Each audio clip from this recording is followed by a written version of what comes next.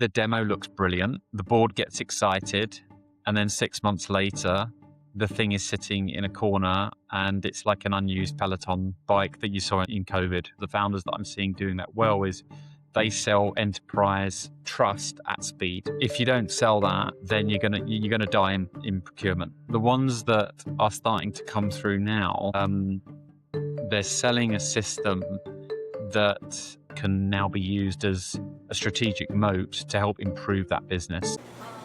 AI to Go podcast. Welcome to AI to Go, the podcast where we learn from the builders, buyers, and backers shaping enterprise AI. I'm your host, Johannes, and today I'm joined by Tim Daines, the founder of Synaptix Solutions, an AI enablement company. Tim, great to have you on the show. Great to be here. Thanks for inviting me along. Thank you so much for joining. You've built a business in Dubai that runs on proprietary AI orchestration that trains executives and consults enterprises. It sounds a bit like the stuff that I get when I'm on Instagram. A lot of promises about freedom and you get to choose how you spend your time. That all sounds amazing. Would you say that your reality matches that philosophy? I would say actually you have to sacrifice some things in order to get to that freedom. So for me, the sacrifice has been actually relocating to a different country and actually starting over again. And actually building from the ground up, building networks, building new communities, learning how to build a company in another country that has different regulations, different rules, understanding what you can and what you can't do. So there is that piece at the very beginning where you feel like you are doing a startup and it's like you are doing everything again, which is sales, marketing, getting to know people, always networking, and essentially that is a sacrifice there. But if you don't make that sacrifice and you don't lay that infrastructure down, then you're not going to get to that freedom journey where, I can now pick and choose how I want to spend my day and how I want to invest my time in, and then who I want to invest my time with. And actually, that has been an 18-month journey for me. And I've now got to a place now where I have that network.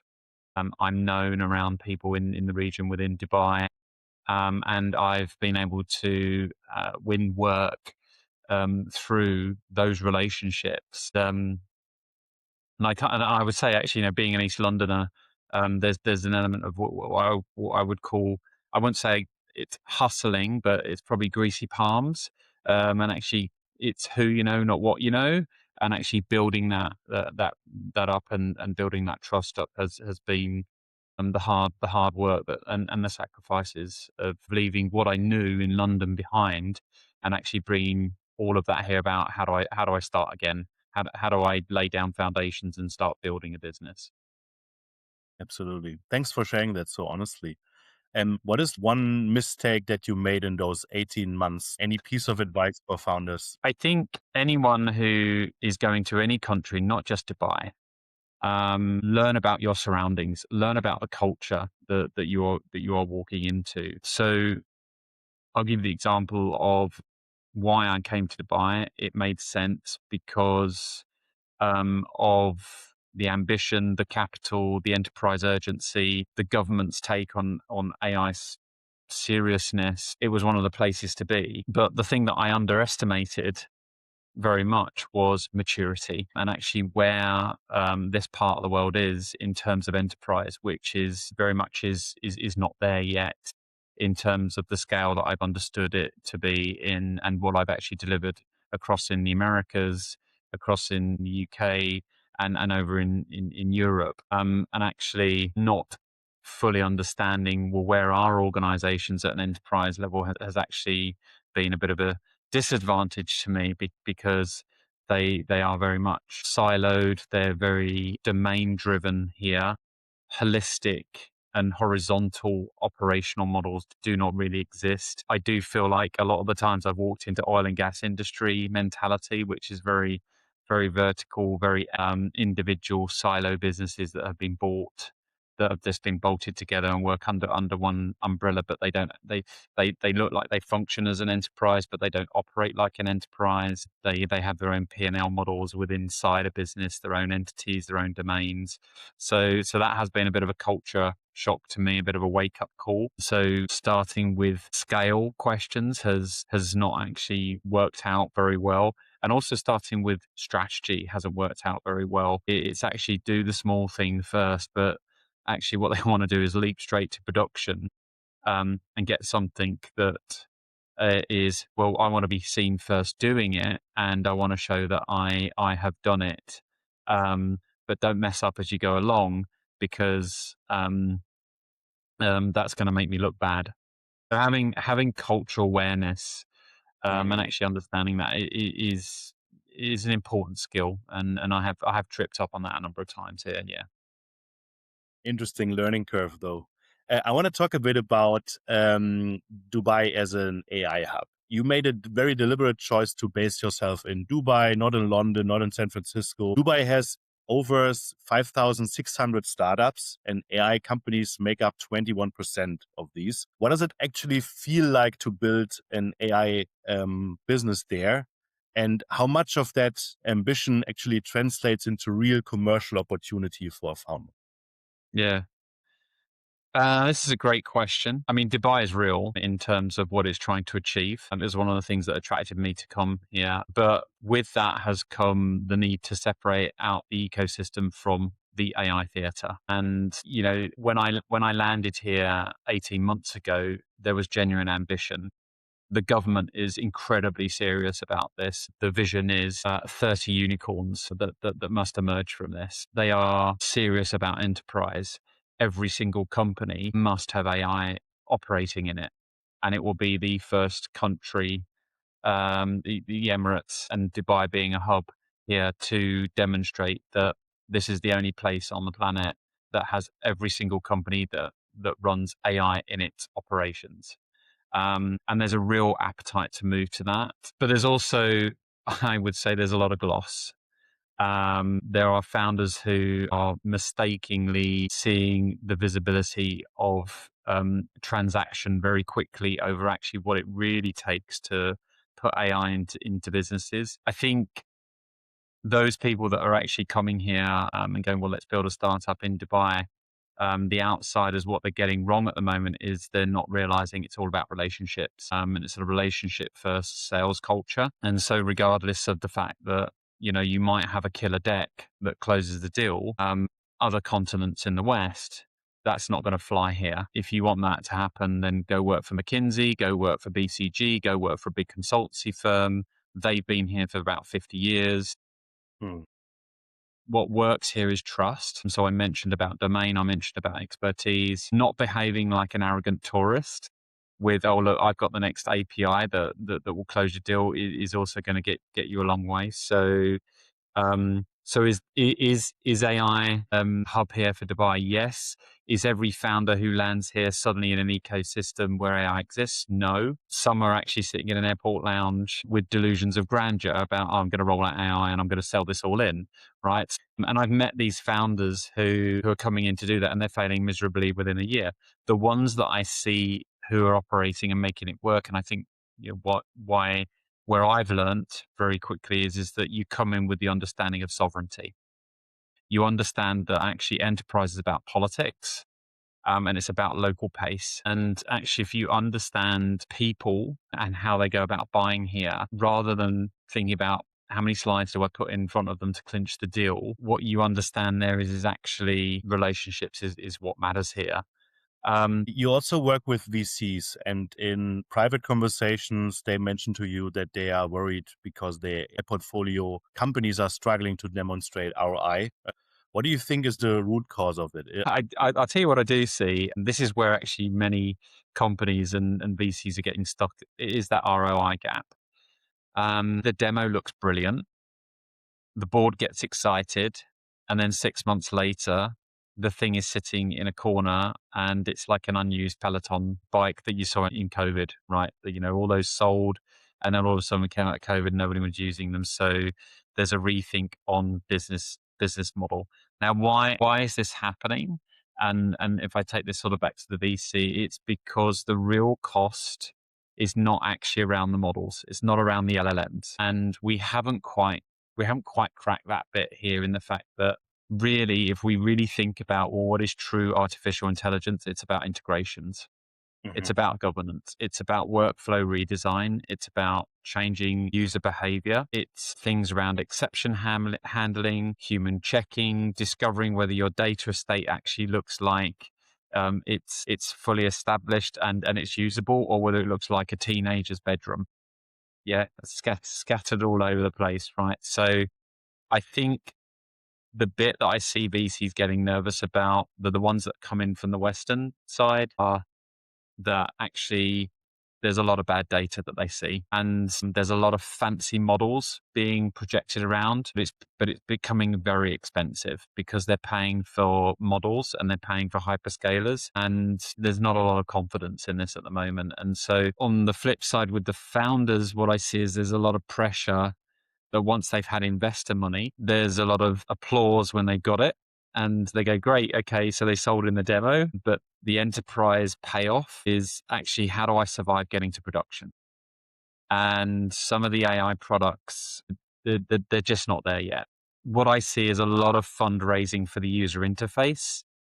I don't see anything around actually, well, what is it that we're actually going to build with the guts of this at an enterprise level? And so the advice that I would give perhaps to VCs and also founders at the moment is stop investing and making that mistake in the hype of velocity around enterprise readiness, because it's not quite there yet. And I would think about, well, what is it that you're actually trying to build for the short term that actually generates some form of revenue, or are you trying to do some kind of optimization of savings that actually makes margins fatter on revenues that are getting eaten? And that's how I would think about this, because definitely where I see the region at the moment is that they're still building data centers out. Now, I see this new buzzword flying around is AI factories. Okay, everyone's still building their AI factories into their companies. But what they've done is they've built the toys, but they've not built the production ready environment where they can actually start operating at scale.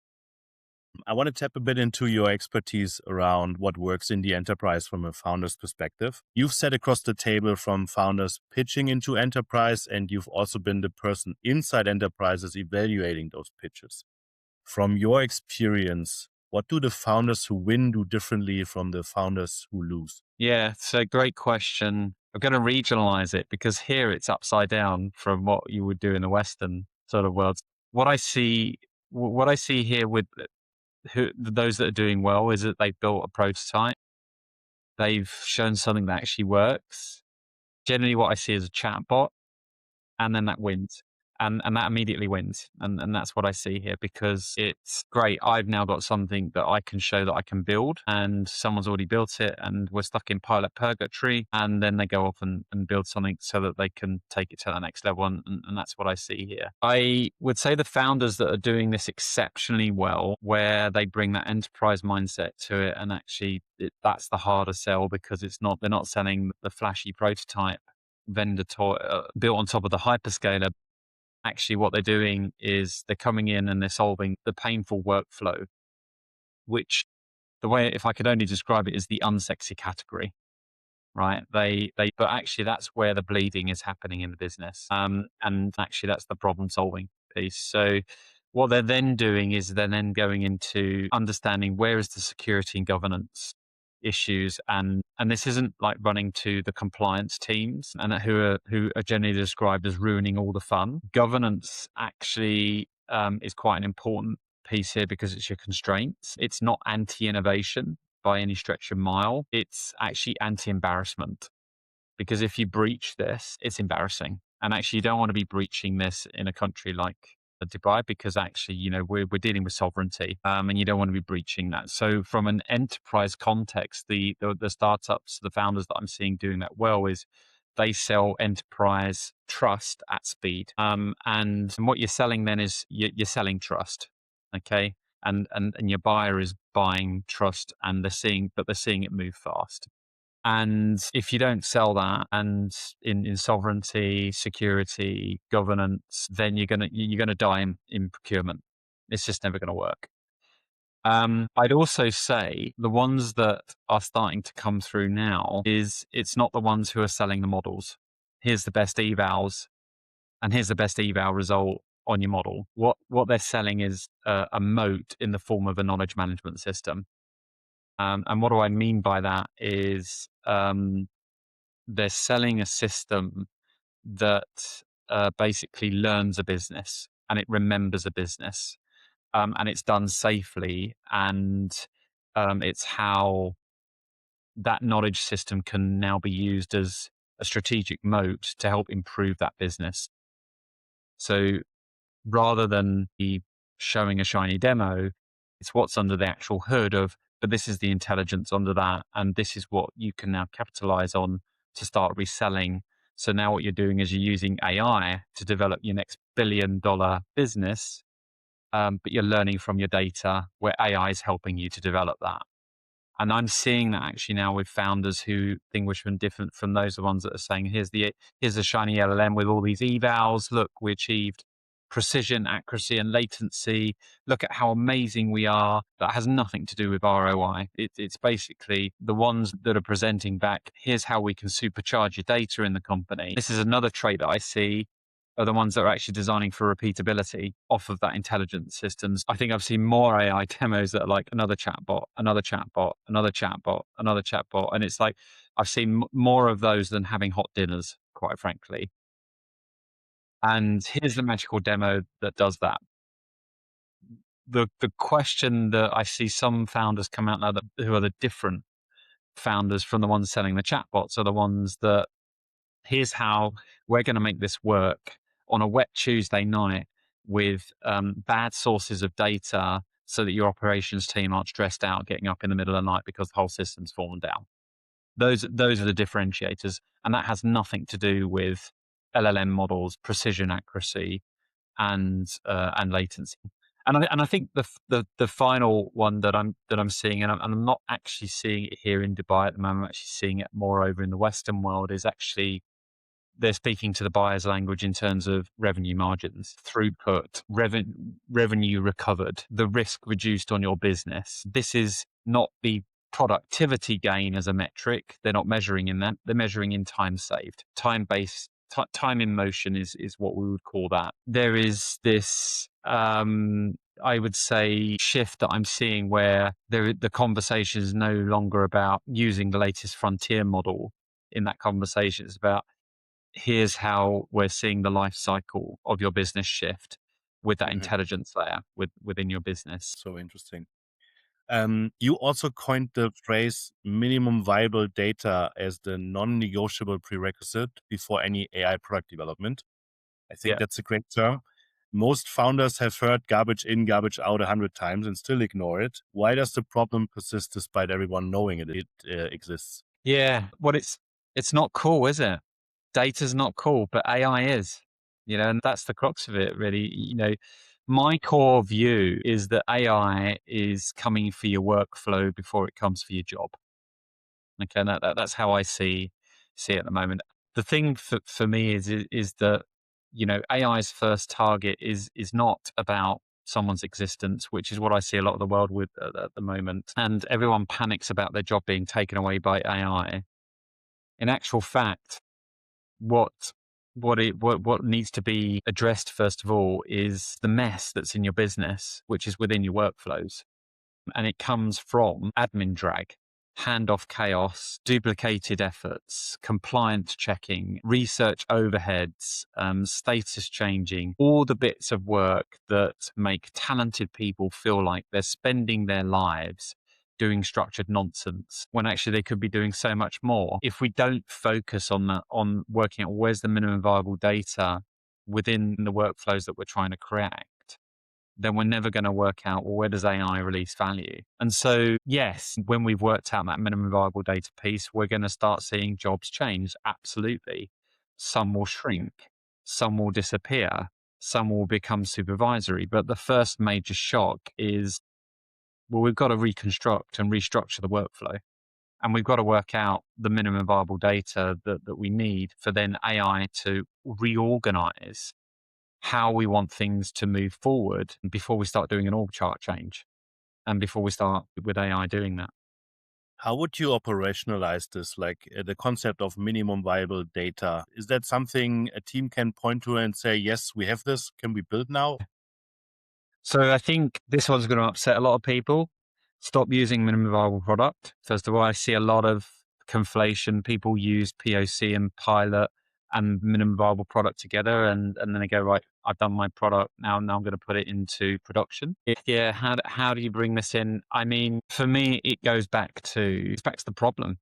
What is the problem that you are actually trying to solve? One of the things when I was doing another startup with a colleague of mine that we co-founded together, which was called Templonics.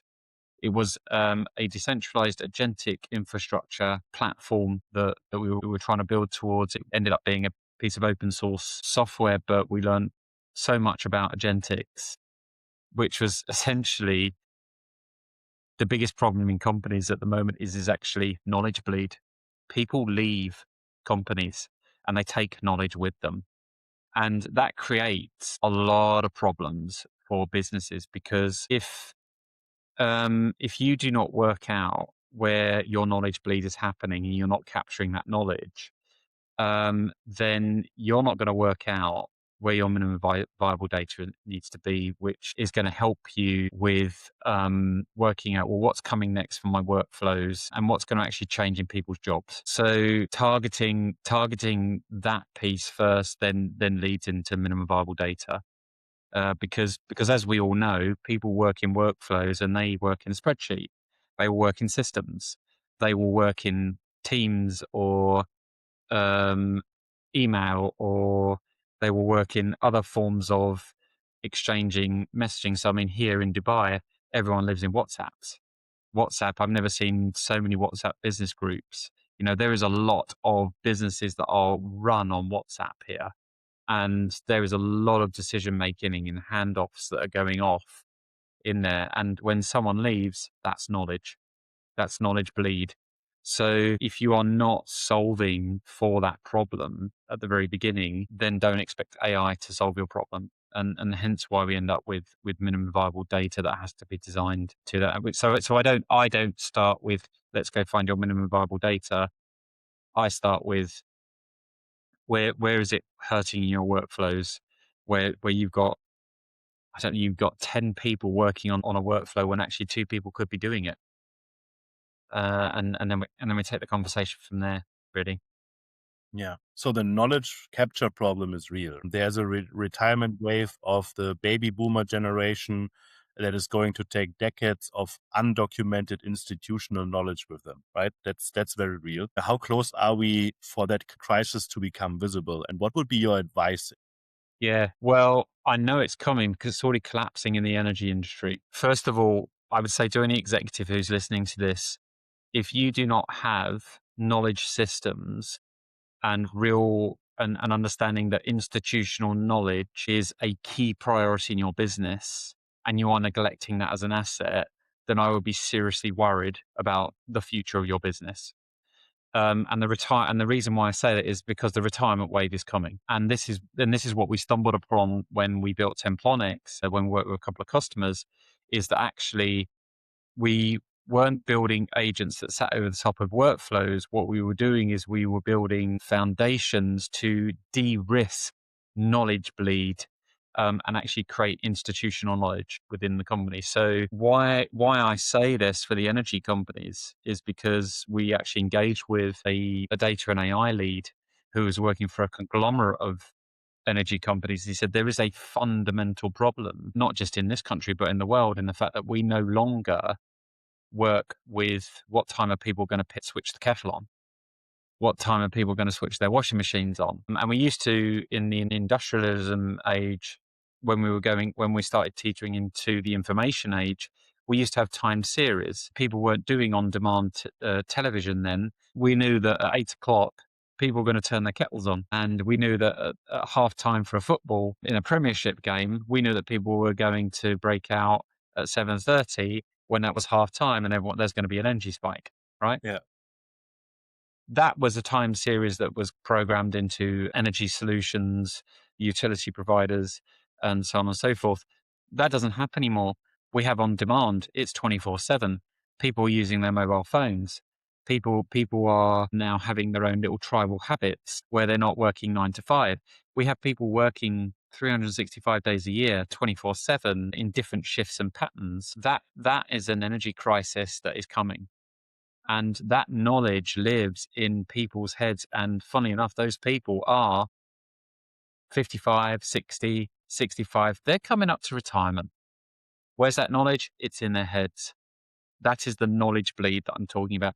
This is why I go back to institutional knowledge is actually the key to unlocking AI. Because if you are not building institutional knowledge assets that are transactional and dynamic, you will not have an AI enterprise solution that will work. It is not about sprinkling co-pilot chatbots over the top of workflows. That is just not the way it's going to work. And I would also say, if you look at what's going on with 0-hour contracts, and you look at people who like just suddenly quit, who have been there in 3 months, who have developed some new system within your organization, and then quit on the spot, and they only have like a 1 month or maybe a 1 week turnaround of leaving for the next job, that's an operational nightmare.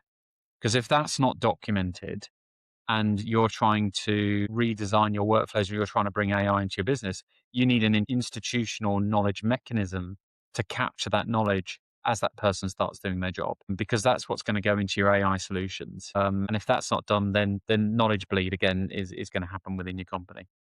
Absolutely. That is spot on. Like with mathematical precision, I would even say, in the current demographic landscape, that's going to impact enterprises. So for all the founders out there, knowledge capture, especially for the baby boomers, is a big opportunity across different enterprises. One other thing, Tim, that you actively talked about is in the current pace of AI change, strategy work in the classical sense cannot keep up anymore, right? You've come up with a methodology that you call fast strategy.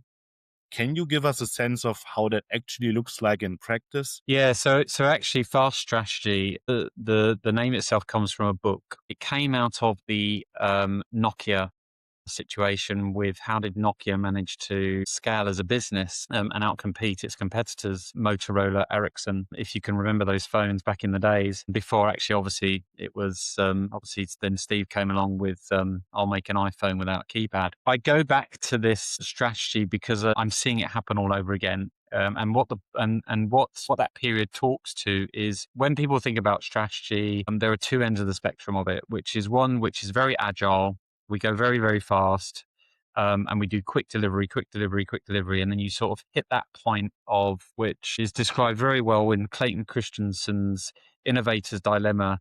You sort of get to that point where the strategy that you had was just enough to get to that minimum viable product to get to market. You pivoted, but you don't have the strategy to grow. So you're in that dilemma piece. So then you start going into the growth strategy where now you might be doing actually, I've got a 3-year strategy and I've got to break it down into quarters. And so actually I'm still moving fast, but I've got to have something that shows growth. So what fast strategy is basically, well, what's that bit in the middle? And it's how do we make sure we're still going fast, but also we've still got a bit of a strategy that we're going against, which is here's where we want to be in sort of 3 years' time. And what I'm seeing at the moment is that the traditional sort of strategy cycles are far too dangerous in an AI world. But what I'm also seeing now is that actually the CFO is the key executive person around the table who is being left out of all the enterprise AI conversations. And the main reason I say that is if I take the traditional strategy cycle with why it's far too slow for AI at the moment, is that if your organization is trying to run AI through annual planning with 6 steering committees and a deck that gets updated every quarter but changes nothing, and then your competitors suddenly come in the next 3 months and go, oh, they've just brought out this new service and they've just completely destroyed our model, then what you need is actually, you need a fast strategy. And you need a fast strategy because of AI. And what's going to happen there now is actually going to need not just chaos, not just random experimentation. you're going to need a fast strategy that has shorter learning loops and tighter decision cycles and real instrumentation and the ability to change course before you burn through millions in the next quarter and then suddenly realize that actually your business model's been destroyed by your competitor who's already done it with AI. So this is why I believe that a fast strategy is needed now, and actually fundamentally think that now actually is that the quarterly reporting is actually going to have to be a monthly reporting. And actually you're going to have to change your strategy for your quarterly and actually turn it into a monthly reporting. So you're going to have to go every 4 weeks, not every 3 months. And the reason why I'm starting to see that now is that I'll take it from the sense of playbooks that I've seen with the AI strategy playbooks that are coming out. I've worked for the tier one consulting. From my perspective, they've got a lot of good knowledge within them, but they are no longer usable for the speed and the velocity with which we can use them today. We are going so fast at the moment, so fast. And I know I'll probably contradict myself here, is that I don't get hung by the models that come out, but you look at what's going on with Facebook, you look at Meta, okay, you look at what's going on there, what Mark Zuckerberg's just done. He's wiped out his AI team. He's just brought in a smaller team. That team come from, they built GPT in the original days, and they're now coming to Llama. But look, what else has Mark gone and done? He's gone and bought Manus. What is Manus? It's an agentic system. From what I think, what he's building is you don't need to go hire software developers. You've got something here that is a senior developer and you can run that. That is a fast strategy that I see. He's just put all the playbook in there and he's gone super fast. So that's why I think companies need to start thinking about, wow, okay, I've got to start thinking about this with my business models. How do we now go fast and start thinking about that knowledge intelligence system, that knowledge layer within my business, that transactional dynamic data that I need, the minimum viable data. How do I then supercharge this through my AI? And how do I then start applying that to business models and start changing my business models every month and start testing what works? Because I'm going to get out compete. I've got to start shifting my business with that. Now let's bring in the CFO. I think the CFO is going to be the person who ends up owning the enterprise AI more than most people expect within the business. Why? Why is that? Because the confetti will eventually settle. AI is still going to just keep going fast, right? But the real question is going to come down to economics in the end. Okay. What is the life cycle cost model? Not just the cost model of building this, but the life cycle cost model of all of this investment that is going on. Where's that going to impact margins within the business? Where's the waste coming from?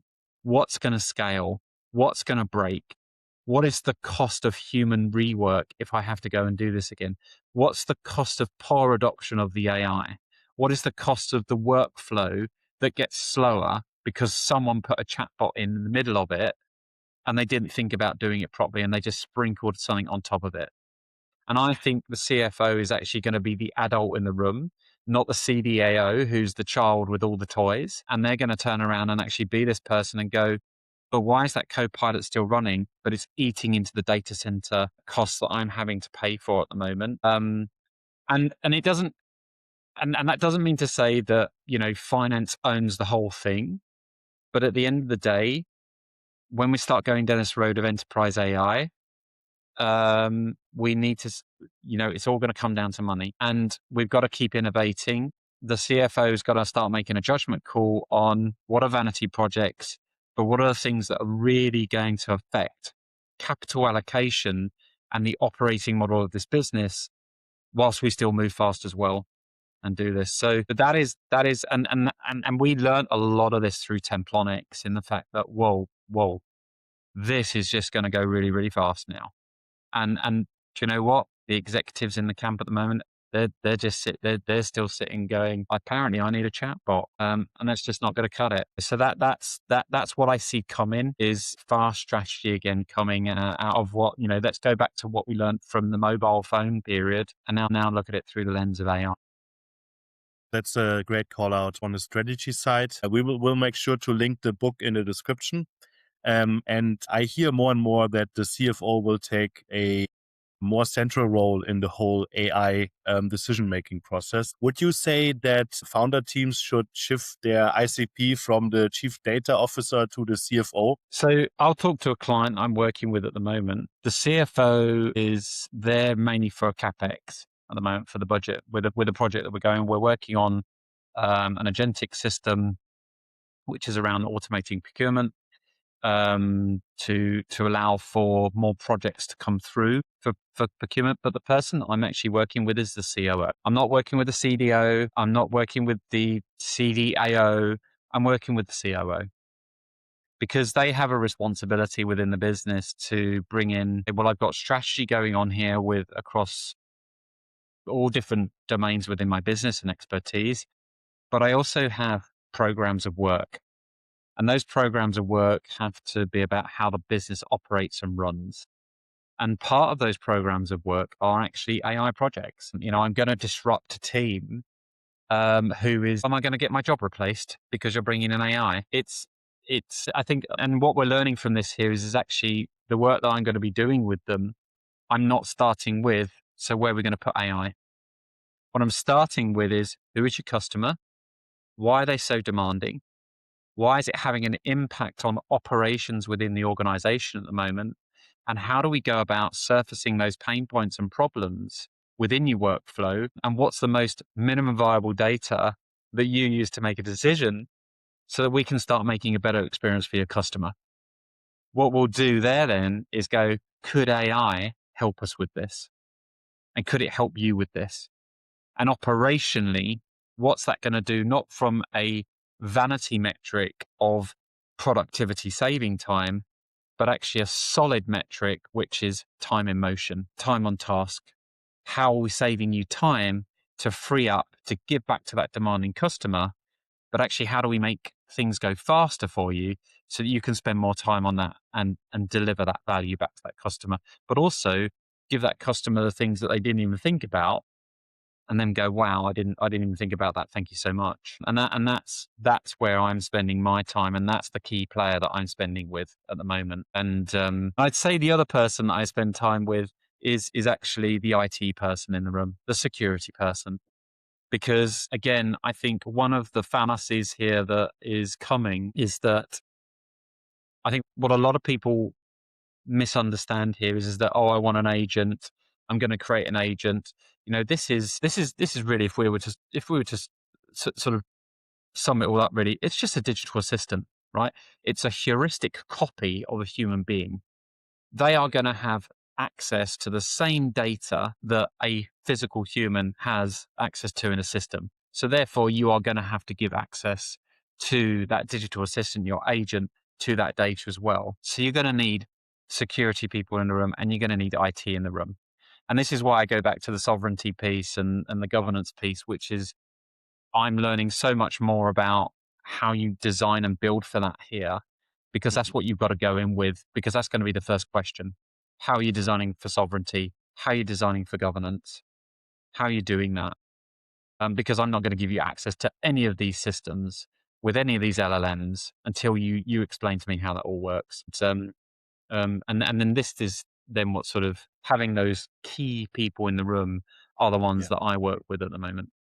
I think that's also a great sign of enterprise AI maturing, right? So what used to be an AI only conversation now is a conversation with the COO and with the CISO.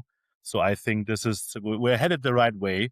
My last question for you, where do you see this is all going? So what is the future state of enterprise AI, I don't know, in 2 or 3 years? I don't want to make it too hard for you. In 2 or 3 years going to look like? What are you excited about? I'm going to put it from the perspective of where I see people getting it wrong at the moment. Actually, and I see a lot of people getting it wrong in the fact that they think the future of AI is chatbots. I think chatbots are almost done. They're almost out. The future of AI for me is it's disappearing into the fabric of operations within businesses. It's going to be less about, let's ask the chatbot this question. It's going to be more about, where do we need the work to move faster? Where do we need the risk to drop more in the business? Where do we need the knowledge to stay inside the business? Where is it that we need to make sure that nobody is chasing the 3 people around to get an answer to this question? That's where I see the future is. So when it comes to an enterprise AI level, it's not so much about looking clever once. It's about actually how do we make AI dependable on where repeatability actually happens. And I think the winners in this are going to be the people who they're not going to be dramatizing. Look at this amazing system prompt that you can buy from us now, and here's all our screenshots for that. Or look at our biggest, bestest models that we look, and they've got all their badges on their websites and everything like that. We've partnered with our hyperscaler now to do all of this. It's actually going to be the ones who built the systems, and they're going to build the systems where they work under pressure. There's also the persistent memory problem at the moment. I think people don't realize that we haven't solved the memory problem in the world at the moment. Memory still lives in the context windows of LLM models. It's going to be the ones that have cracked the way in which they approach governance, accountability, and then they demonstrate the business value of all of that around that enterprise level and that intelligent. I call it the intelligence integration layer. And that will be where I see the future, and that's where I'm spending a lot of my time developing. I'm not spending any of my time on the model and look at look at the wowness of the evals. I think it's a lost cause.